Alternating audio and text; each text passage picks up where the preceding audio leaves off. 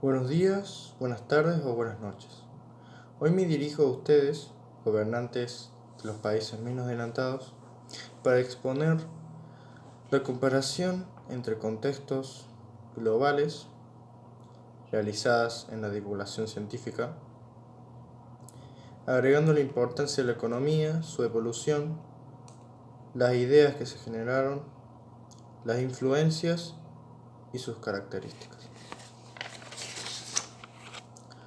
Para empezar, la economía se puede denominar en las actividades en donde se ve la producción, la distribución y el consumo de ciertos bienes o servicios.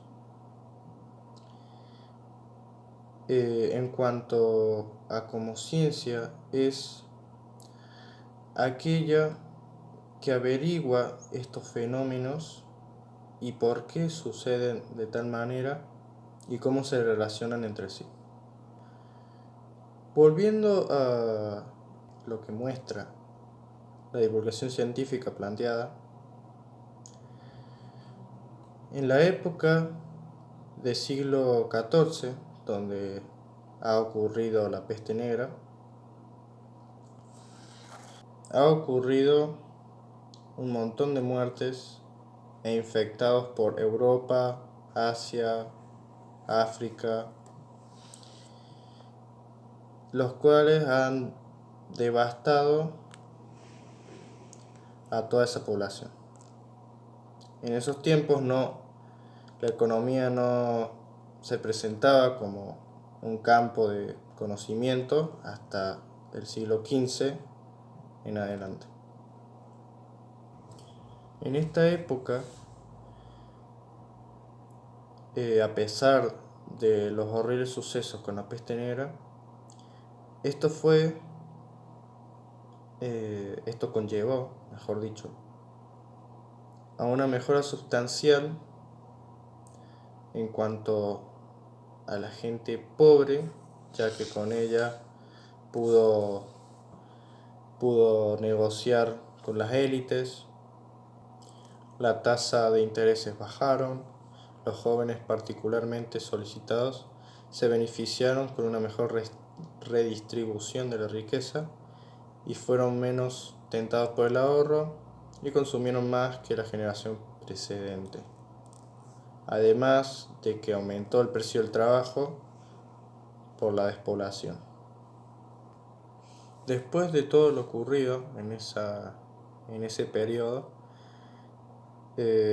se ha delineado un campo de conocimiento específico en donde se estudiaba cómo una sociedad se organizaba para producir, distribuir y consumir los frutos de la producción. Esta se denominaba economía política, ya que además de intentar entender por qué los hechos económicos eran de determinada manera, establecían medidas políticas para lograr la prosperidad del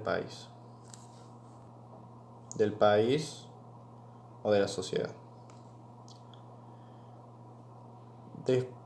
Durante los siguientes siglos han ido surgiendo diferentes teorías económicas.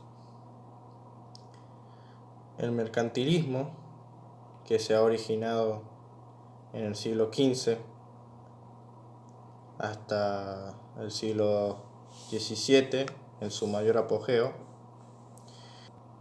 se basaba en que la fortaleza económica equivale a la acumulación de riquezas,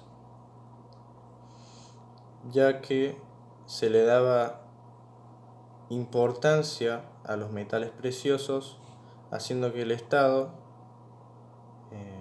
basándose en eso, privilegiaba el comercio externo, sosteniendo más exportaciones que las importaciones. Para llevar a cabo esto, se aplicaron medidas proteccionistas con la idea de que la riqueza provenía del intercambio.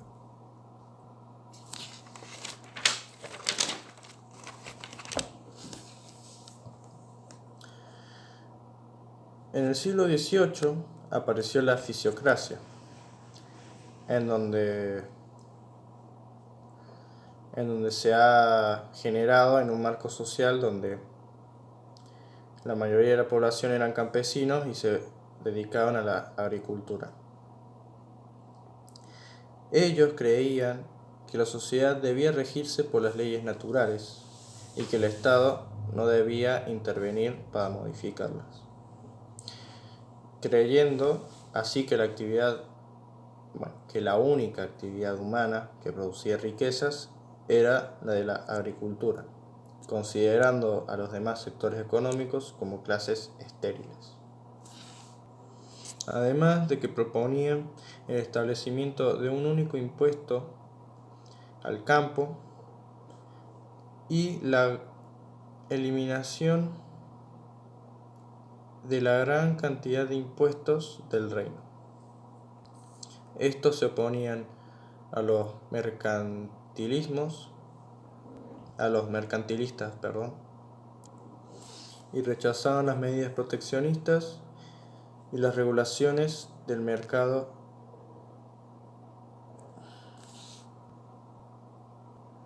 al comercio externo. Después de la caída del sistema feudal se originó el capitalismo, la cual se basaba en que los bienes de producción son propiedad de los dueños del capital. El marco social en donde surgió esta teoría económica o este sistema económico fue el surgimiento de la manufactura, haciendo que haya menos trabajo artesanal, la división del trabajo, que aumentaba la productividad y abarataba el precio de los productos, la apertura de fábricas y la emigración campo-ciudad del hombre, y la revolución industrial que conllevó al gran desarrollo del maquinismo, reemplazando al trabajo manual.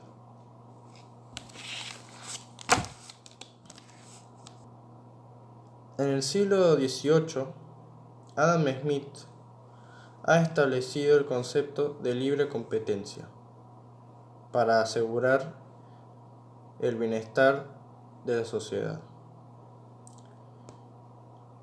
El bienestar de la sociedad se parte en que el hombre logrará esta tal sociedad al moverse por sus propios intereses.